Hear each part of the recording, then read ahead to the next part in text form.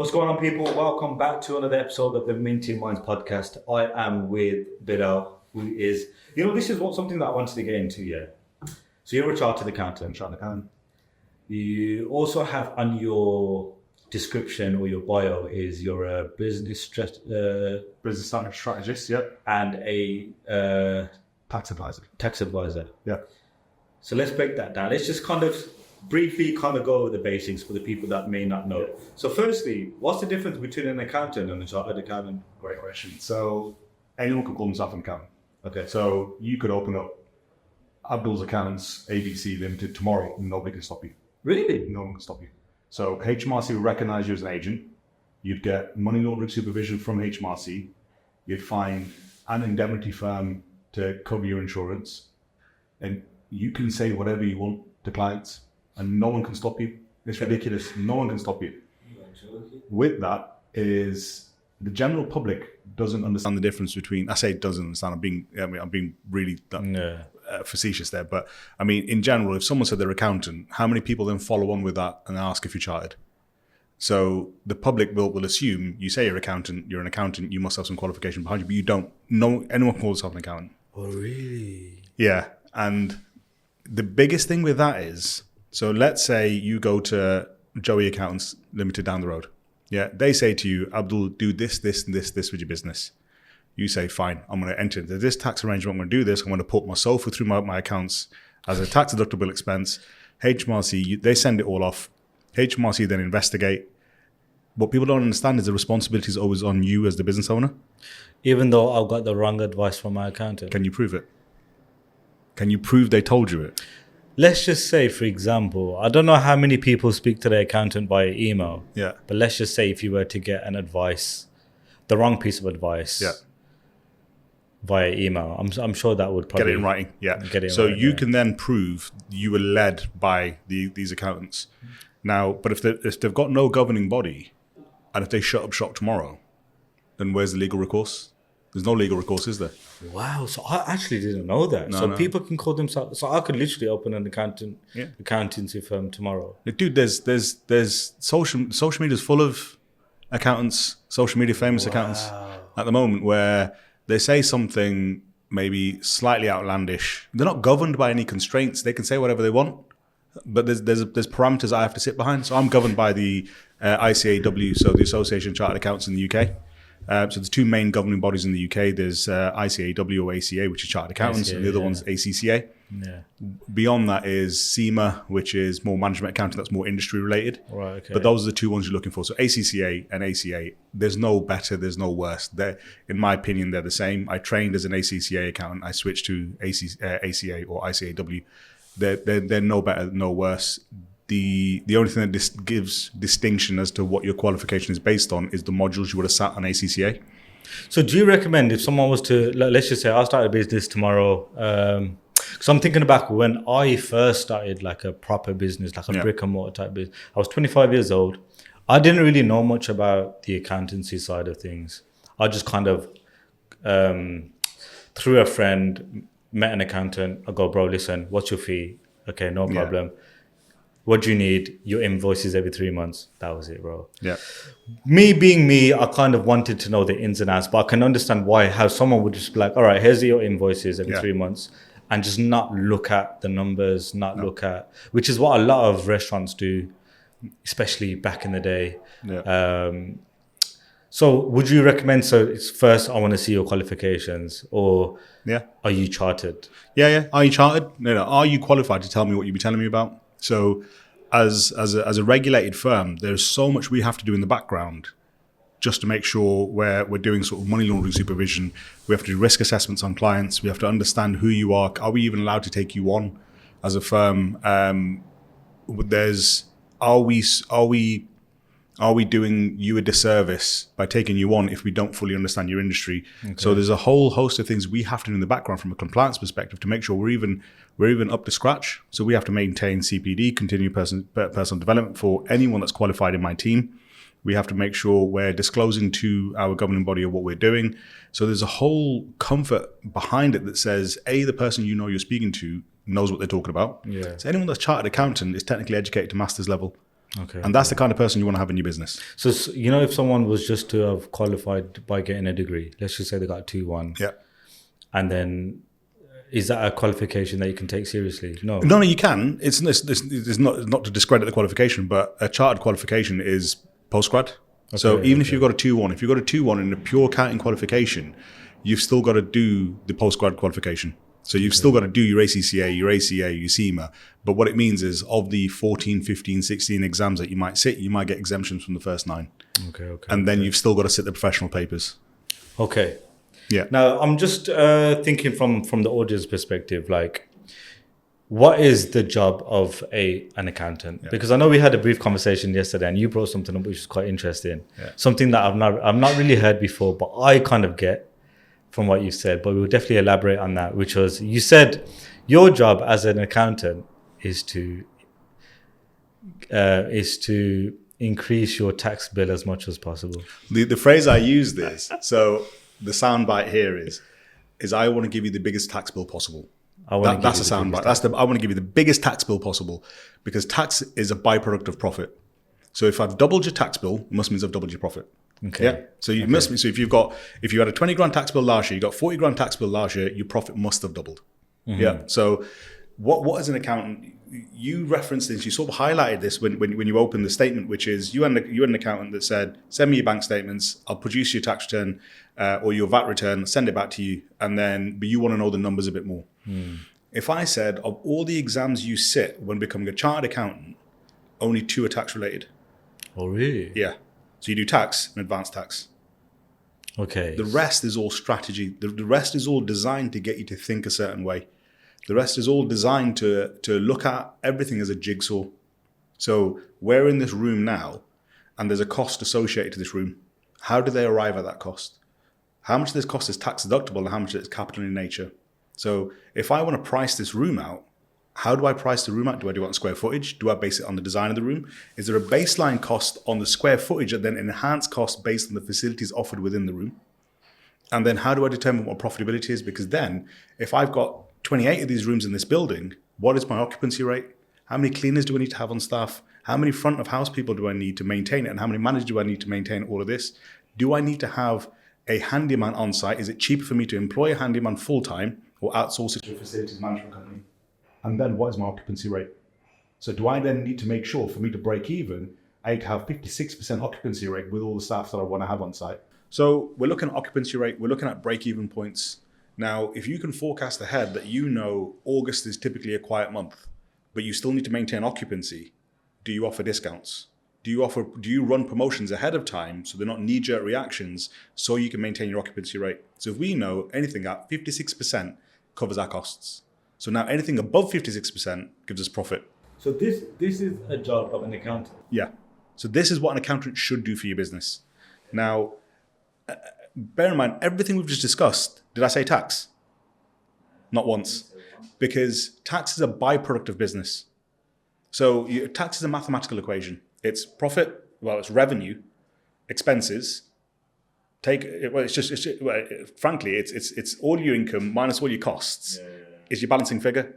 And then you apply a mathematical equation against that, which is dead straightforward because there's marginal rates, there's rates that you apply. So corporation tax, it's 19% on the first £50,000, about 26.5% between 50 and 250k, then a flat rate of 25% on everything thereafter.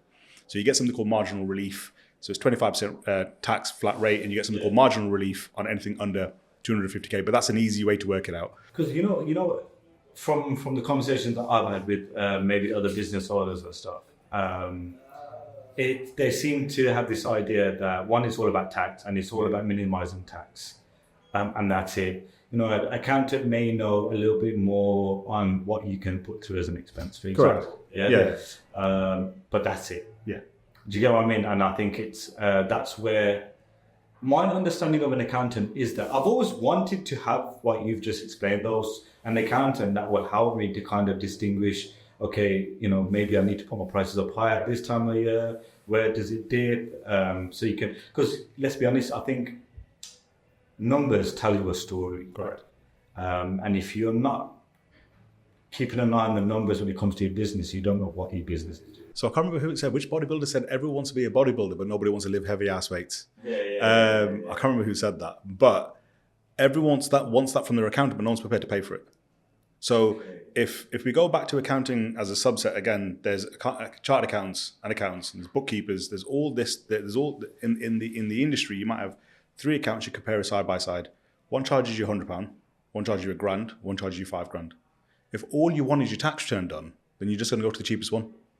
But if all you want is your tax return done, then you're missing out on what the accountant should actually be doing for your business. I'm not saying every accountant is qualified or equipped to be able to do that for you, but it all depends on what you want. So when you're asking your accountant for a service and you're asking for, I want monthly management meetings, I want to go through my numbers with you on a month-by-month basis, I want you to go through my price, and then be prepared to pay for that.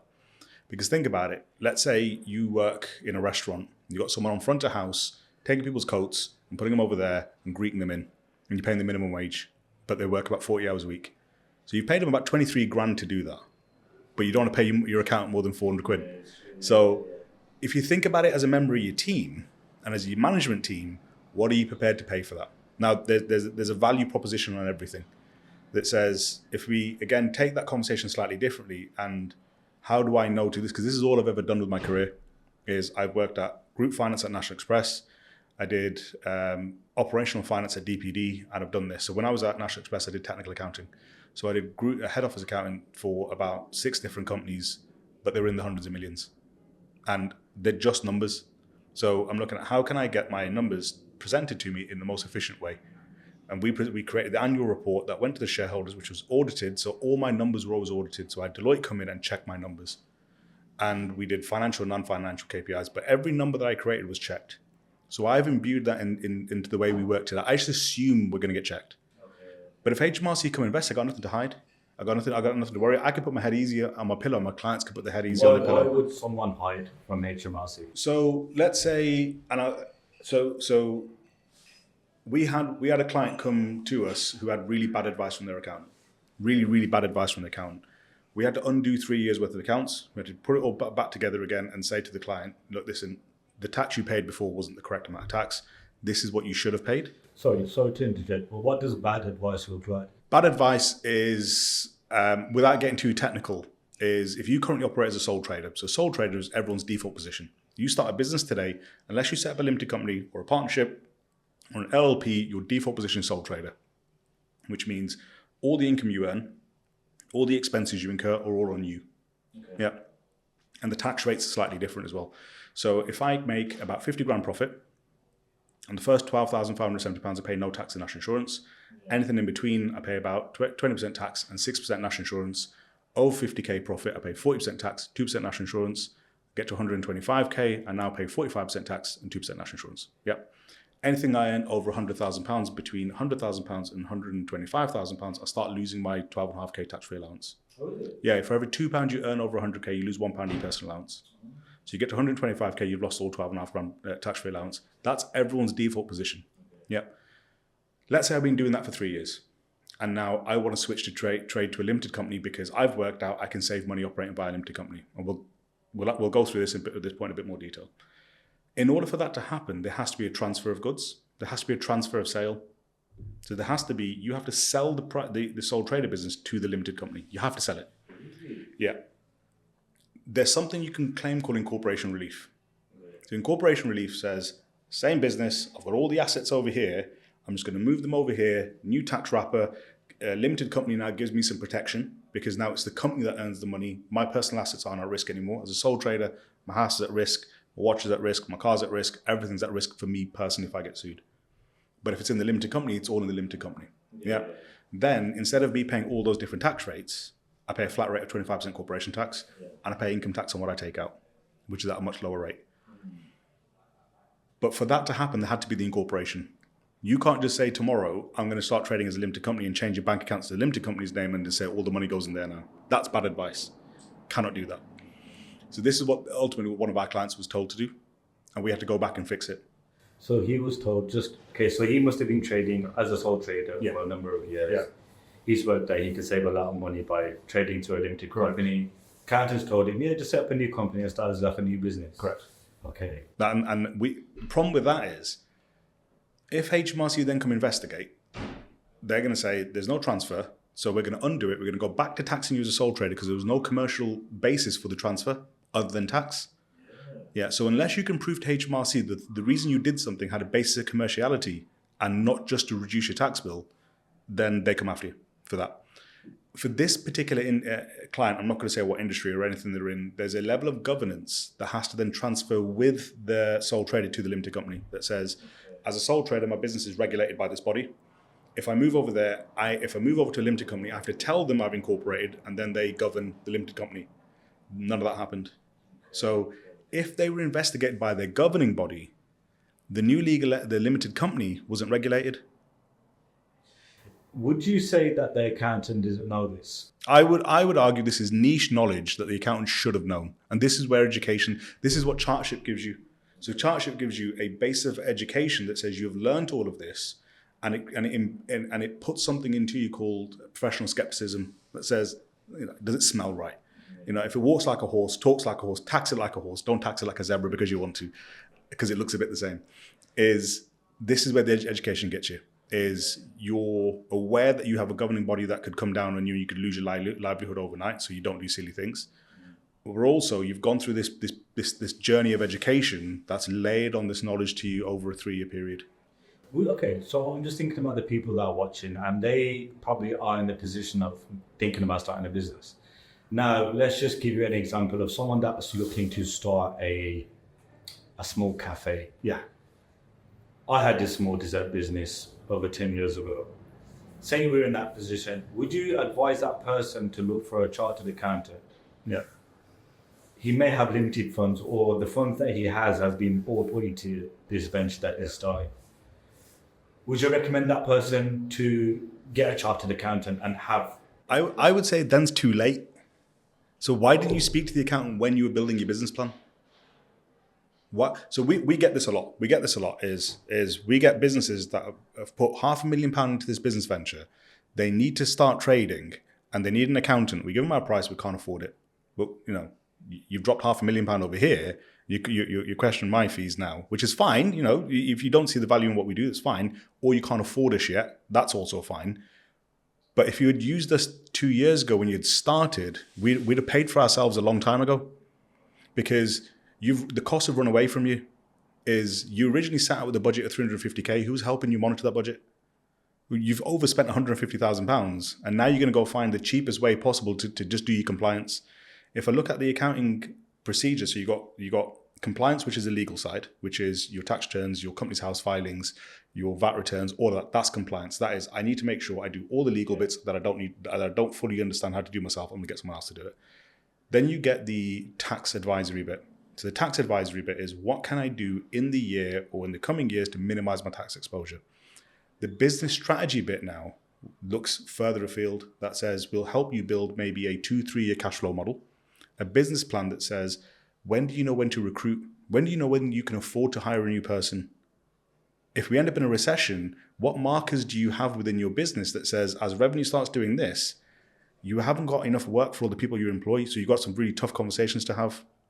Do you now have to have very, very steered conversations with your suppliers that says, don't send me all this stuff that you're sending me on a week-by-week basis because I don't need it, because now we're minimizing wastage. And if we can do all of that, the tax becomes a byproduct of that, and the compliance just happens. I've got so many questions now, and just trying to think how I should put... Okay, so I know your answer to this may be biased because you're in the industry and you're a chartered accountant. However, would you say it could be a make or break for someone to not get a chartered accountant at the right time? No. When it comes to business strategy? No. I don't think it's make or break. I don't think it's make or break, because there's clearly businesses out there that are doing it without it. Because the reason I ask is because, there's a lot of businesses that probably don't understand the value of what you're saying. Yeah. Up until now. Correct. Me included, because I'd say now I kind of knew, but I think back when I first started, I had no idea that this was even an accountant's job. Yeah. I didn't realize that I thought it was like, you as a business owner, this is your job to kind of figure out and do the numbers yourself and da. So If I was to have gone to an accountant, a chartered accountant, and said, "Look, I need help with this," and took on a chartered, what's the chances of success versus someone that hasn't got that? Significantly higher. So the reason why I say that is, let's say you can open up. Let's say you're looking to open up a dessert parlor, yeah, and you've not considered the location, you've not considered the footfall, you've not considered anything. And you've only got to look at places like Birmingham, where one dessert parlor does really good, so someone opens one next door. There's no thought in it. All they think about is, he's doing really well, his milkshakes are £3. I'm going to open up next door, do my milkshakes for £3.25. Yeah. Now it's a race to the bottom. Now we're just trying to undercut each other until we both go broke. Yeah. It happens a lot. Of course it happens. And this is where the issues are. But if you sat down with your accountant and went through the numbers, and we could show you a business plan that says, at this price point, at this cost of investment, your return is 9%. We're now putting the information to you, because the accountant's never going to say this is a bad idea, it's a great idea, you should go do it. It's all showing you information, and the way we do it is show you how we've come to that decision. So we can then turn the laptop around and say, look, this is how it makes 9%, this is how it makes 15%, this is how it makes minus 2%. Does this fit within your personal risk profile? So what an accountant can help you understand is, what is your risk profile? Because before you've now spent money on an architect, on building surveyors, on loans, on anything like that, you already know whether this is worth doing or not. So that's the first instance. So we do that as a firm, is if a client comes to us and says, I want to open up a dental practice. There's different pathways to open up a dental practice. So if that's a dental practice they want to own, we can build it out for them. So what it then shows them is, crap, I've been looking over here when I need to be looking at this, because marketing is the biggest one that everyone seems to miss. That says, you spent £500,000 building the thing. Did you not think you needed a budget to tell people you existed? Yeah. So the idea is then, where do you shoehorn those bits of money in? So does it increase your chances of success? Exponentially, yes. Because you've already approached it with a methodical approach. So you understood where your potential pitfalls are. So it's called a SWOT analysis. So any good business plan should have a SWOT analysis: strengths, weakness, opportunities, threats. So if I'm going to open a dessert parlor next door, what are my strengths? What am I doing better than him or her? Do I deliver further? Do I deliver quicker? Are my milkshakes better? Do I offer raw milk, which has so much more better health benefits? Why are my milkshakes better than yours? I'm not saying raw milk is better, but don't quote me on that. But it's what am I doing better than the other person? How am I improving the customer's journey? Would you say it's best to approach an accountant that has experience in that field? Yes. That we're going into? 100%. So that is absolutely the case. Is go find an accountant who understands your business, because they can then provide a vantage point that says we have enough data of like businesses to be able to give you some guidance that says, this is a non-starter, this is how you should approach it, these are the pricing, these are the main considerations. But if you're going to ABC down the road who just does taxi drivers, and you want to open up a pharmacy, the two things don't correlate. Makes sense. So it's not just a matter of just going to an accountant. No. It's someone with experience, especially if you're going for someone with business strategy. Correct. So, in your firm, is there certain industries that you guys just focus on, or is it something that you just you just take on anyone? No, we're super niche. So we only deal with healthcare professionals. So we only deal with doctors and dentists. And so we do doctors and dentists. So we do GP surgeries and dental practices. So we're super niche. And I have money as well. Well, there's more we can do with them. Okay. So there's more we can do with them that says, it's not just about this bit of money you're making here. It's about, what is your long-term plan? Do you want to open up multiple surgeries? Do you want to niche down? At what point do we open up surgery 4, 5, 6? At what point do we look at pay reviews, pay rises? What are we paying the dentist? What materials can we use? All that, and how do we price the treatment out? But then there's money left over. Do we now want to put 50 of that into a pension? Do you want to take it out and put it into a personal investment? Do you want to go change the chairs in surgeries 3 and 4 and upgrade them? Is there a value in doing so? Do you want to go buy new machinery? Do you want to divest and invest in property? Do you want to? Would you say you give financial advice? No. So it's not advice, because I was going to say, what about if you were to recommend something and they go against? Islamically, ethically, we don't cross that line. Okay. So we will not cross that line, because I don't know what your investment profile looks like, and obviously we can't do interest-based anything. So we can't do anything that's guns, prostitution, alcohol, drugs, gambling, anything like that. So, but I'm not going to project my belief structure onto you. So, and we sit in a really privileged position because the way we do the accounts is we can see what any bit of money you've got flowing in your bank accounts at any one point in time. Our software takes a live bank feed, so it's a digital bank statement that pulls through. So if I know you've got 200 grand sat in your bank and I'm giving you financial advice and I'm getting paid for that, it's really self-serving, isn't it? But if I say to you, if you say to me, Bilal, these are the things I'm thinking about, and then based on what I was saying before, is this gives a 9% return, this gives a 13% return, this gives an expected 15% return. These are all mathematical outcomes. I'm not providing an opinion. I'm presenting them back to you that says, let's talk about it. Has there been, I'm just curious there, yeah.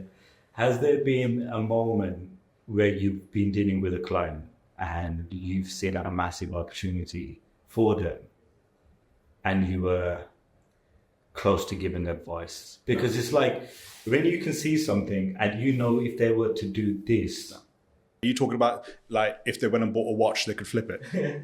No, not even so much that. Like, okay, for example, if they were to venture out into still within the same industry but introduce a new service. Oh, absolutely. That's not financial advice. That's business. That's business strategy.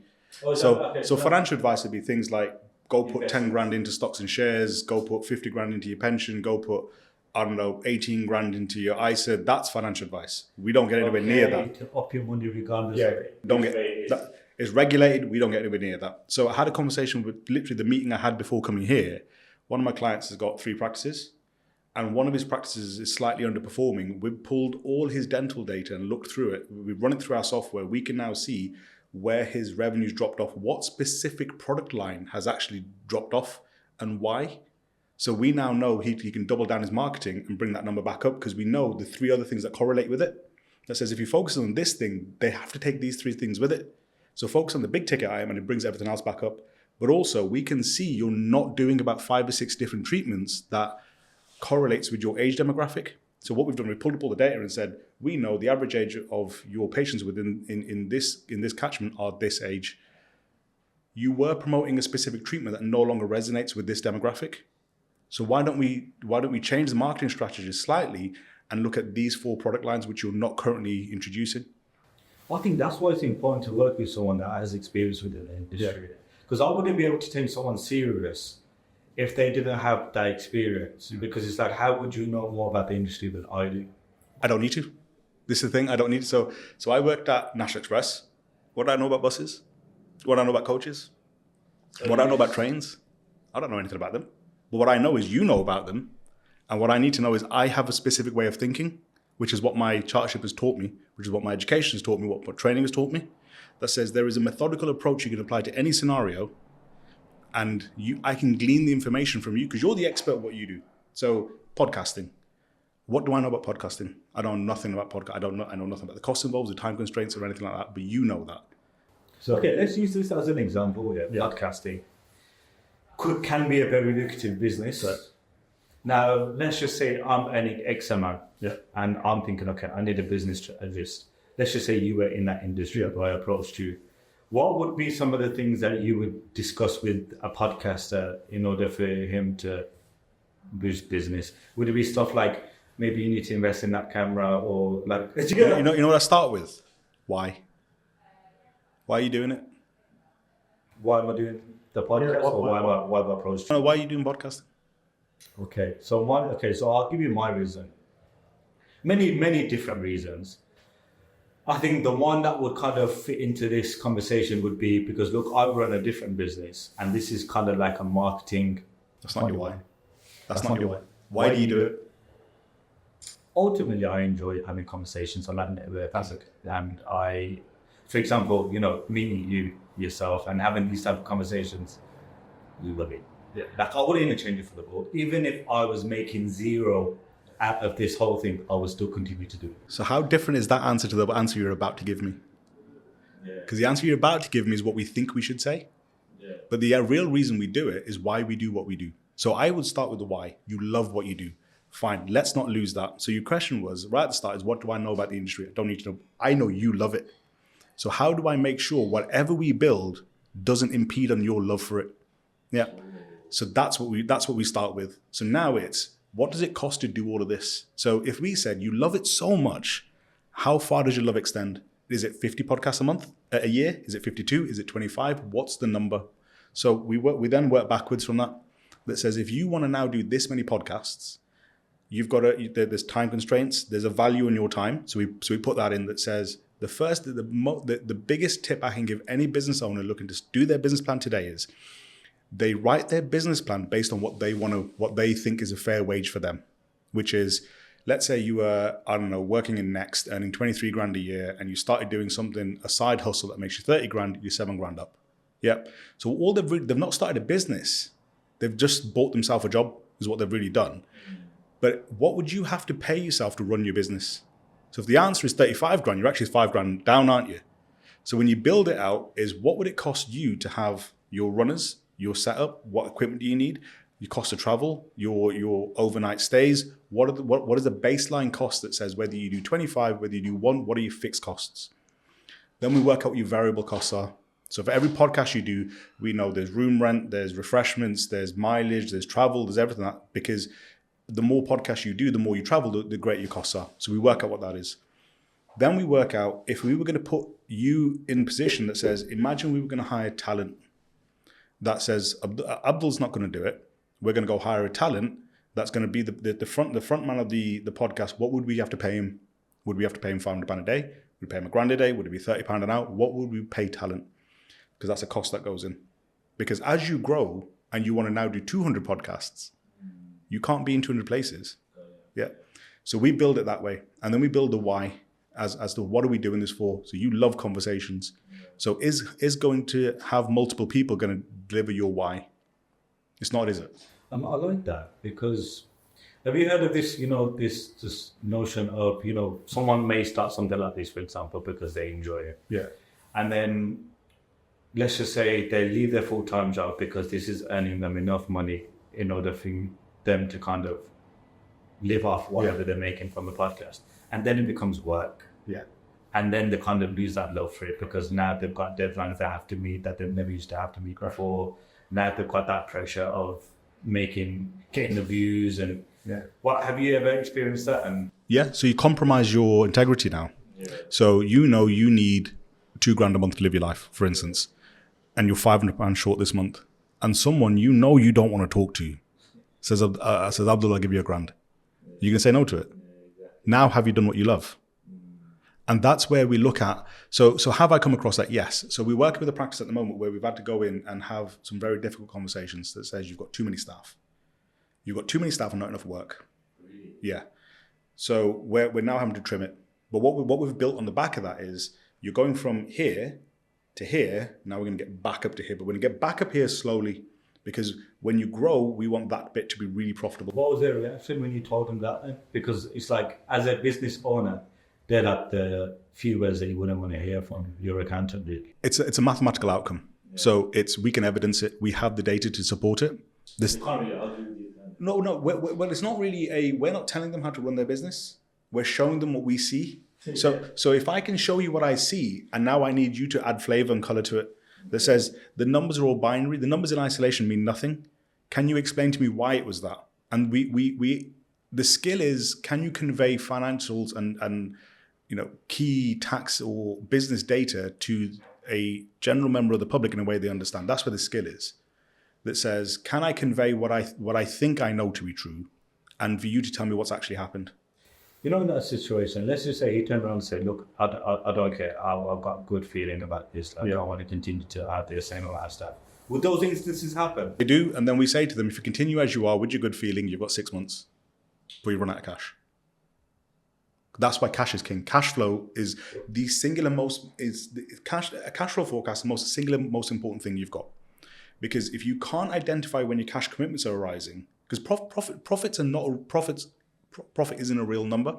Yeah, so if I've sold 100 grand's worth of beads, and I've given my supplier 25 grand, I've got 75 grand left, but I've given everything on 180 days tick. That cash isn't coming in yet. But I've got to pay wages. Yeah, I've got to pay gas, water, electric, everything like that. So I've run out of cash straight away. I experienced something a little bit like that. So this is back when we first opened the dessert shop. So we're talking like 2014, 15, something like that. You know Groupon, yeah? So we put ourselves on Groupon, and I think at the time Groupon wasn't paying you on time, although it was very delayed, and it was cheap as it was anyway. So the margin of what we were making, I think, was just horrible. But we needed that because that's where a lot of the sales was coming from. And I've heard actually that a lot of businesses went out of business because of these cash flow problems. So in reality, they're probably making profit. Yeah. But because the cash wasn't coming in time and they weren't able to kind of get more stock and kind of create problems, that they kind of had to close shop. So imagine that now. So let's use that as an example. Is you're getting all these Groupon sales, and on paper you're making profit. You now need to hire 2 more people to meet the demand you're getting from all these Groupon sales. You can't pay them. Yeah, exactly. So you can now damage brand. You can damage goodwill. One person doesn't get paid on time. Second person doesn't get paid on time. They start telling local community. Replenishing stock. Correct. You haven't got enough money to get the stock. Yeah. Because your money's tied up. Yeah. Waiting to get paid out. And this is what we look at with cash flow forecasts: is what cash commitments have you got coming up? And when we look at a business plan, the key indicators we're looking at is not revenue. So revenues for egos, profits for pros. You look at the profit number, and then you look at cash flow that says, what is my bridge to profit? What most people don't realize is, let's say this, you're looking at a set of accounts, this company makes 100 grand profit. Well, it's not, because on the set of accounts, 100 grand is then it takes into account depreciation. Depreciation is not a real number. So the actual profit is going to be like 120 grand if they've got 20 grand worth of depreciation. So depreciation is a good way to represent the value of an asset over time. So if I go buy a new bit of machinery for £100,000 and I say it's got a useful life of 5 years, I then take 20 in my accounts. It's not a real number, is it? Because I've already paid for it. Yeah. But then what we're realizing is, within that profit number is the interest I've paid on the HP agreement. So let's say I've taken the 100 grand machinery on finance. Yeah. On my tax return, I get to write off all 100 grand, even though I haven't paid for the machine yet, but I own it. So I made 100 grand profit, 20 grand depreciation. So I made 120 grand taxable profit. I then bought a bit of equipment for 100 grand. I only pay tax on the other 20. Brilliant. I'm laughing. I paid no tax. Yeah. Paid peanuts in tax. Made 120 grand. I paid tax on 20 of it. Winning. I've still got to pay monthly payments on this machinery now for 5 years. Bearing in mind, the interest is tax deductible. The capital repayment happens after tax. So when you're looking at cash flow, you're looking at tax, you're looking at my loan repayments, because I've made a profit, I've paid my tax bill, and now I've got to pay back my debt. So all my HP agreements, all my loan agreements, then whatever's left over I can take out for myself. So you might have 100 grand profit, but you might have 60 grand worth of loan repayments, and you've got 40 grand left over. Okay. This is why cash flow is massively important. This is why bridging accounting profit to cash in the bank is really important. Now, we've got an issue at the moment where we've got sums of money out where we've done the work, we've sent the invoice, we now need to chase all that money back in. Now, when I do my cash flow forecast, it's based on my recurring billing that says, if I do a one-off bit of work for you and I send you my invoice, do the work, job done, I don't factor that into my forecast because it doesn't repeat, doesn't recur, it's a one-off. Okay. So when I make decisions, it's based on what are my direct debits, what are my billables, and how much money am I expecting to come in. Okay. I then forecast what VAT payments are. Because accountancy firms, we don't buy any machinery. Our VAT is really low, and the clients I work with aren't VAT registered. Okay. So I pay up all that VAT. Then I look at what tax payments are due. I've got PAYE payments, I've got payroll payments. I've got to work all that out. I know when I've hit a certain number of clients, I then need to recruit another person, which is I've now got to pay a recruiter his fee or her fee. Yeah. So I've got to bank that cash. So it's not just his wages or her wages.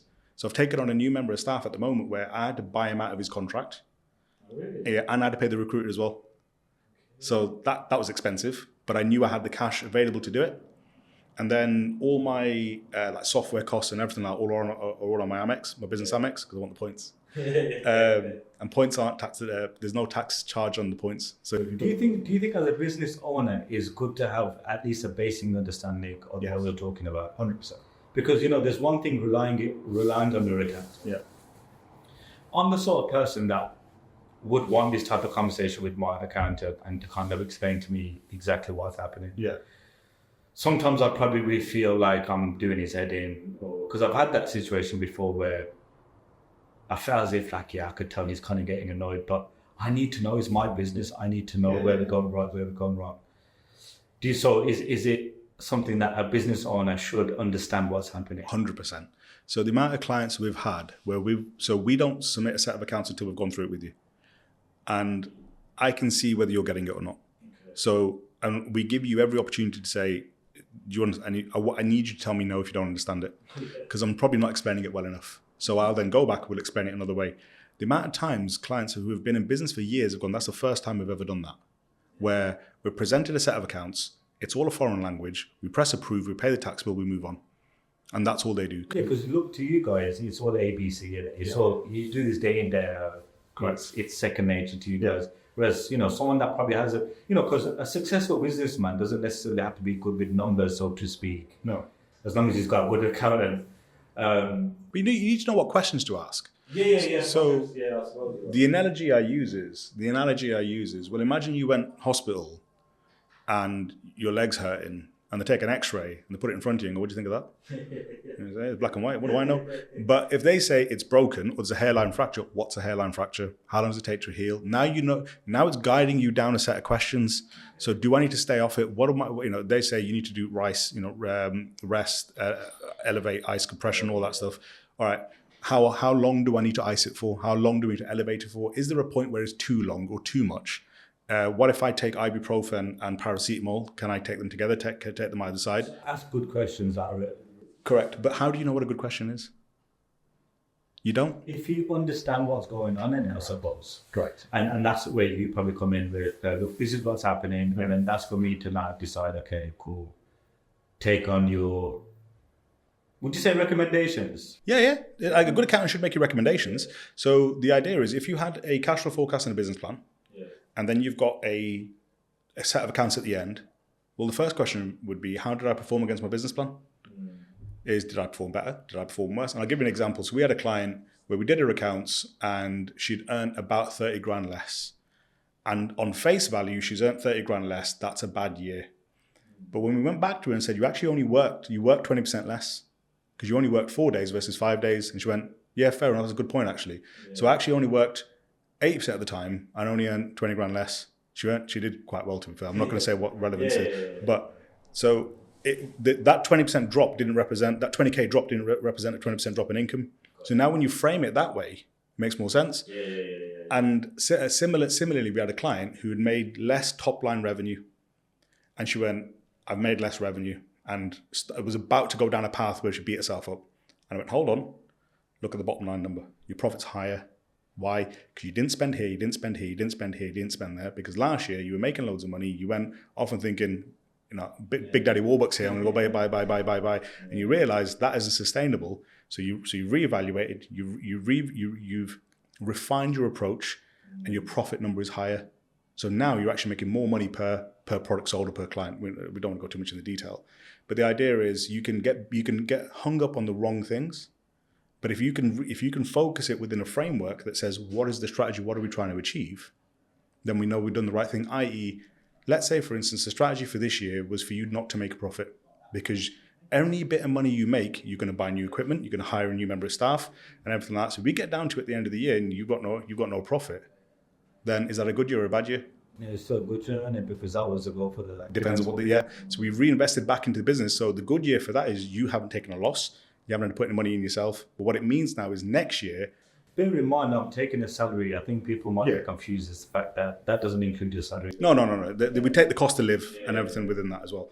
But then the idea is, now you've built your framework, year 2 is going to look different, year 3 is going to look different, year 4 is going to... Because you don't have to make these costs again. Makes sense. Because let's just say I spend 50 grand on some new equipment. Yeah. That's 50 grand I'm not going to need to spend the next year and the following year. Exactly. So then my focus can be somewhere else and profit, I suppose. We are coming towards the end of the podcast. We have got a little bit of time. So I just want to quickly go over what are some of the common myths or mistakes that we as normal business owners or your average Joe might come across that you always find interesting. So not understanding the relationship your tax return has with borrowing. So tax return with borrowing? Yeah. So we had a client who wanted to go get £1 million house, dream house. That's the house he wants to buy. Fine. We had a chat with the mortgage advisor. The mortgage advisor says his accounts need to be within this ballpark. Yeah. So basically his accounts need to show 150 grand profit. We are not going to artificially create 150 grand profit. What we've said is, in order for you to hit 150 grand profit this year, you can't spend on this, you can't spend on this, you can't spend on that, because this is how much money you're bringing in at the top. That number's unlikely to change, so you can't spend in these areas. This is where you need to run a tight ship. And you would put that strategy together? Correct. Okay. So end of the year, he's made 150 grand profit. Use those accounts to go get the mortgage. We've given him his tax bill now. And he's gone, I don't want to pay that tax bill, that's too high. What can we do to make that number lower? I can't make that number lower because you want the house. But he goes, I don't want to pay that tax bill. Well, I can't do both. So it's impossible for me to deliver you both, because if the strategy was, I want to pay as little tax as possible, then we can look at pension payments, we can look at hardware purchases, we look at all of these things, we can look at all of these things. But that then reduces the ability to get the mortgage that he wants.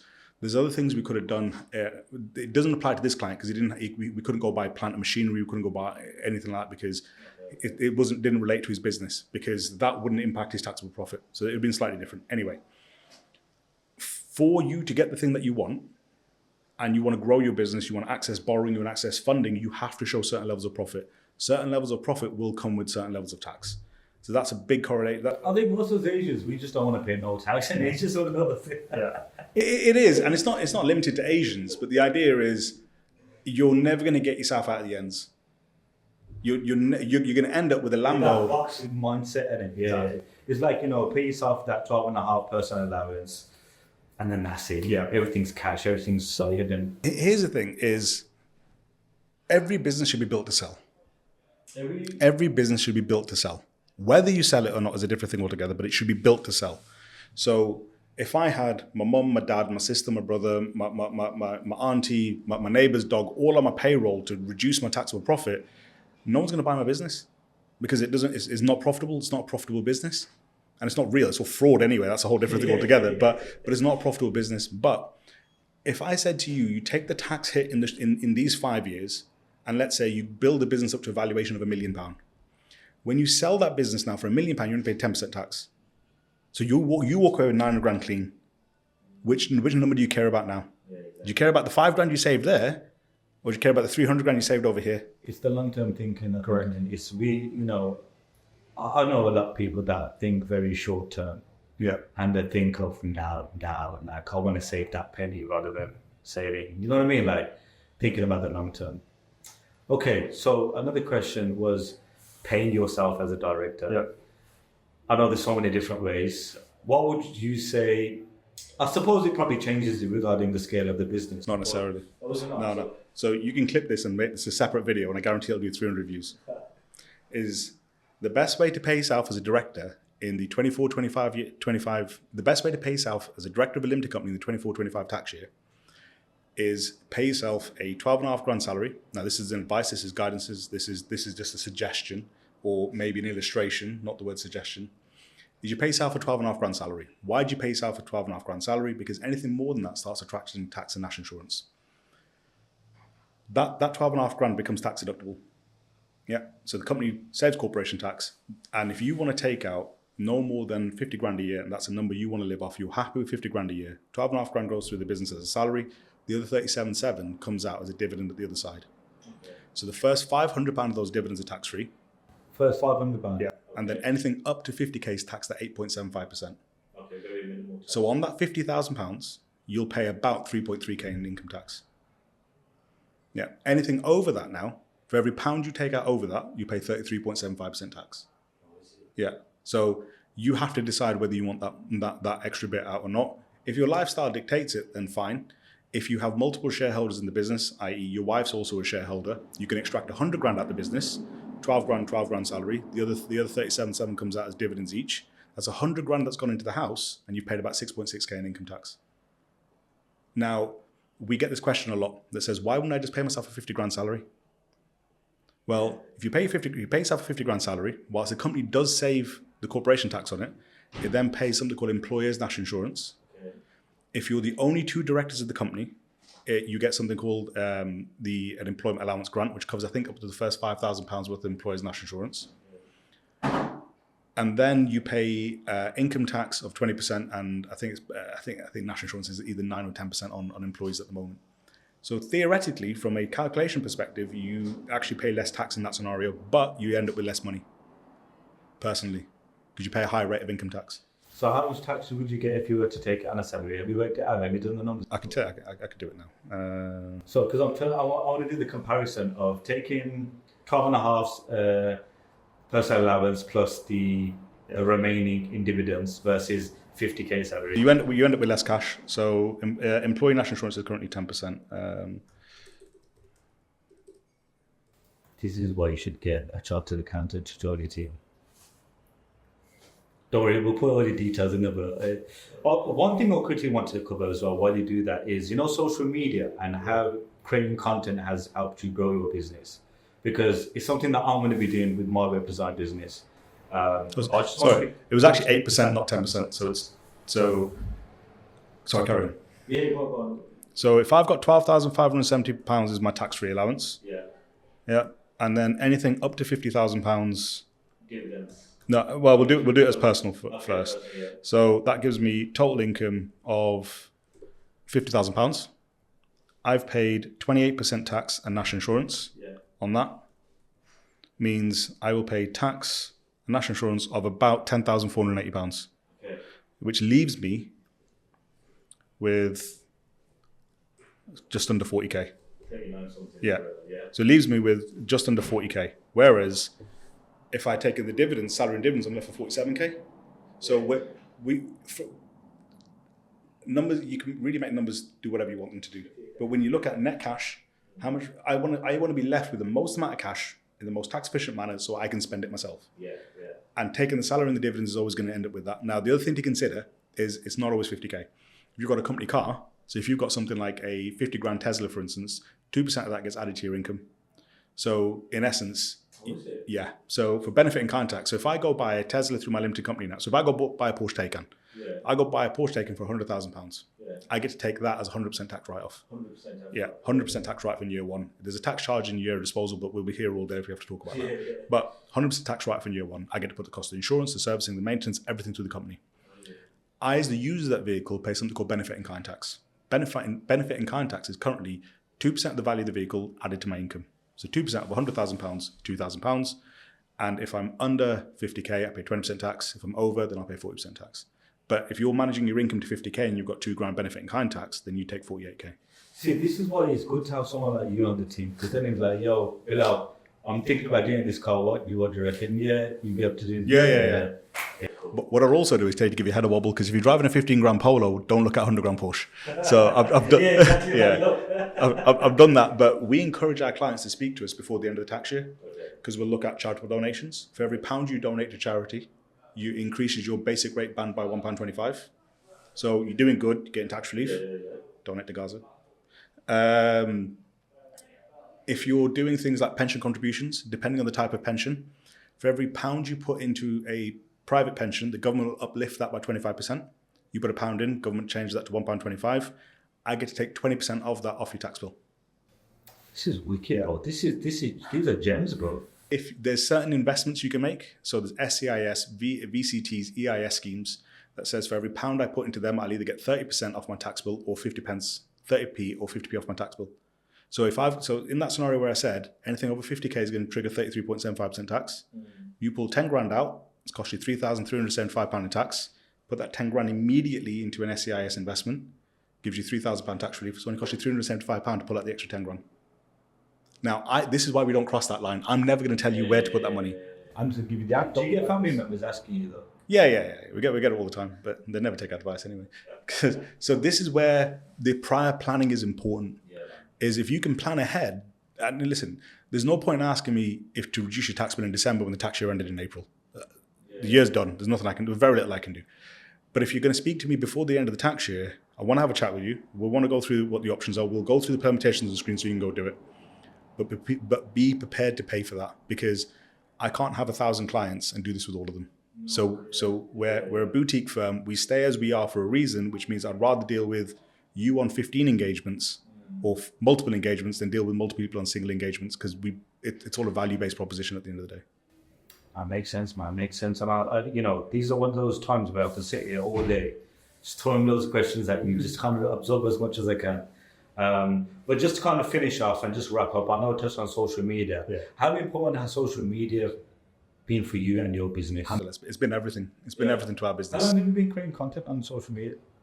I think I started in lockdown. I think 2020 is when I started. So I think I did a few posts. The Nav, I'll shout out Nav.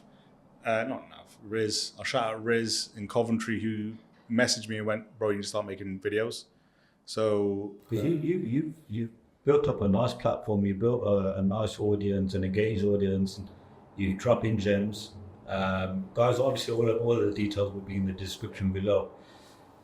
What made you stick around? What made you kind of continue to create content on a... So there's two reasons. So my why is everything I do is built around my family, built around my kids.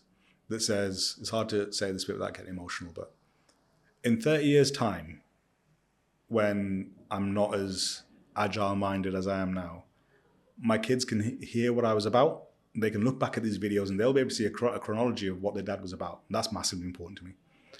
The second one is I grew up in Smallheath. The practice called Heathall Green because I grew up in Smallheath and Birmingham, Sparkhill, Acots Green. And I didn't grow up, none of us grew up with people who had access to this information.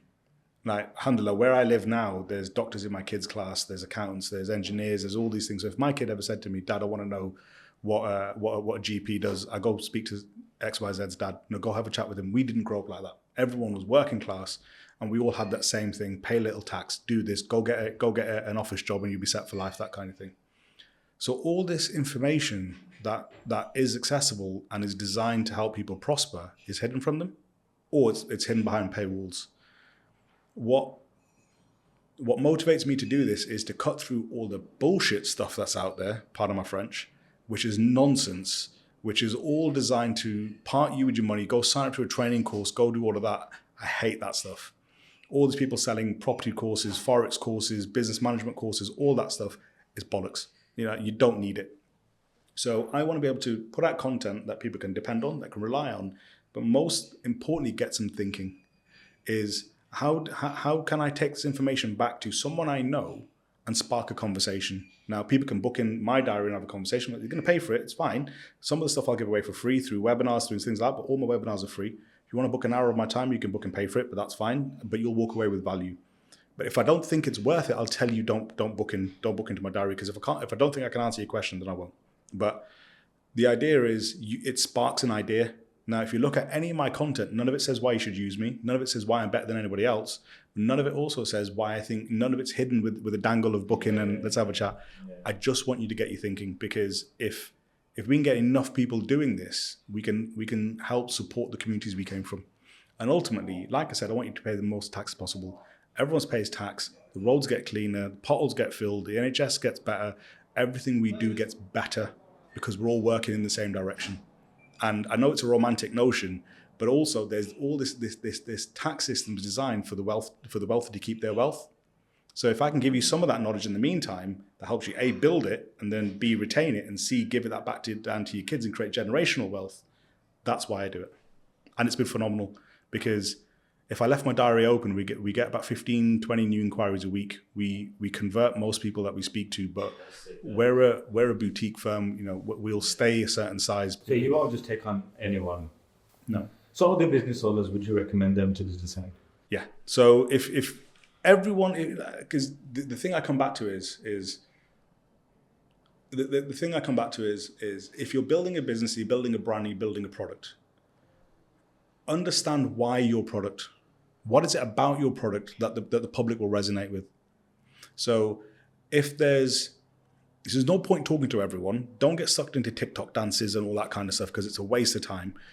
But the thing to know is you don't really need that many clients or that many customers. So views don't equal clients. So you might do something really funny, get 1 million views, but no business on the back of it.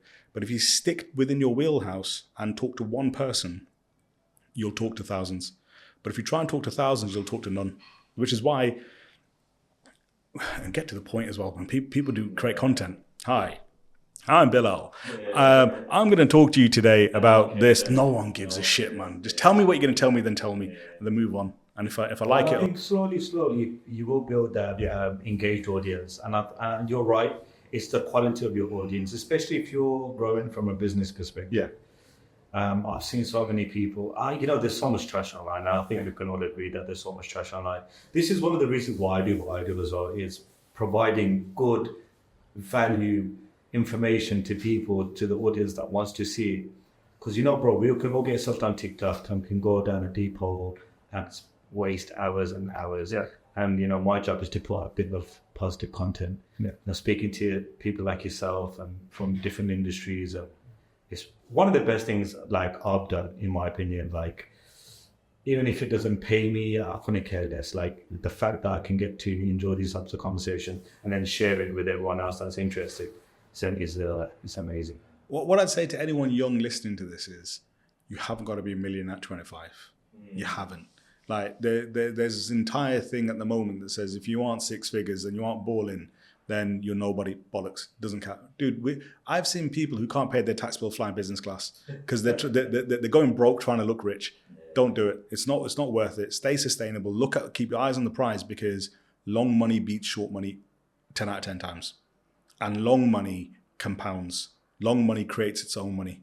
Short money is all spent on trying to get new cars, I'm a bit of a hypocrite because I like cars, but I'm 38. I've been doing this for a long time, and now I've done it. But you don't have to be 24 driving an M4. You don't have to.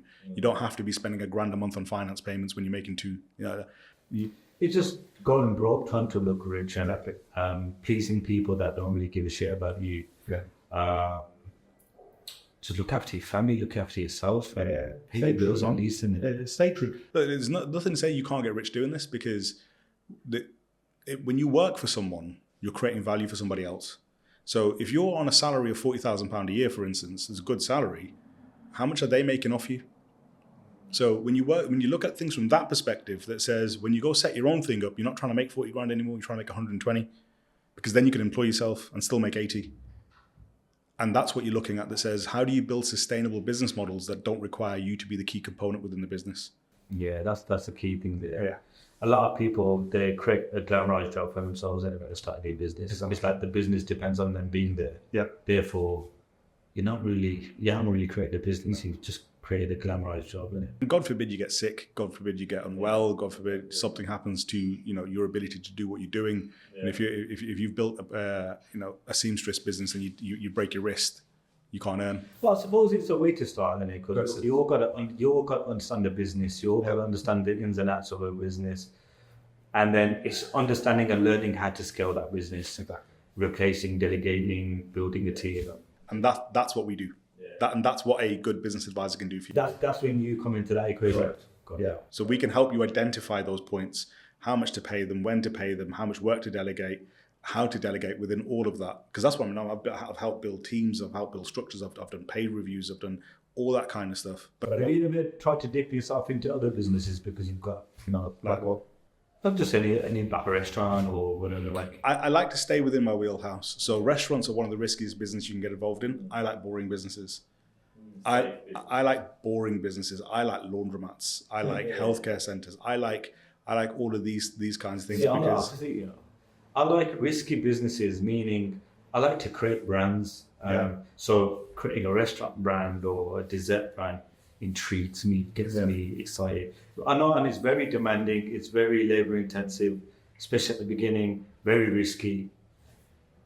But I just like the thrill of it. Like a laundromat for me, because like even opening a franchise doesn't excite me at all, because it's like there's no creativeness from my side. Maybe financially, and the numbers probably look good, but for me, it doesn't get me going. Do you know what I mean? So as accountants, we're generally bred to be skeptical and risk averse. That's bred into us. That is because if you don't want to play fast and loose with your own money, because how you can treat other people's money. So I suppose it's good to have that yin and yang, then. Correct. Yeah. So we meet in the middle somewhere. But if I use laundromat as an example, or a laundry business as an example, that says, we know if you build one in, the initial cost outlay, let's say, is £125,000, and they're all automators, you don't need anybody there. Yeah. The cash flow positive from day one, and we know by month 8 you can go open the second one. So the first one's paid for the second one. Would you consider that like passive income? Yes.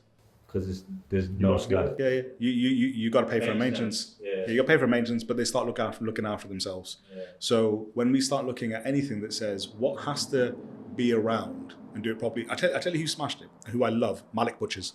Malik Butchers, I absolutely love those brothers, because they are a prime example of taking something that's which is pertinent to our generation, because our parents didn't care about pastrami. We care about pastrami because we see it everywhere, and Wagyu beef and stuff like that. And they've conveyed it in such a manner that you can see it through social media that these guys love what they do. So why wouldn't I order from them? So, but I already know I'm buying something that doesn't exist. So when I see their price, their pastrami is eye-watering. But I want pastrami. Where else can I go? So what they've done is they've created a product. They've told you why it's better than everybody else and how to buy it from them.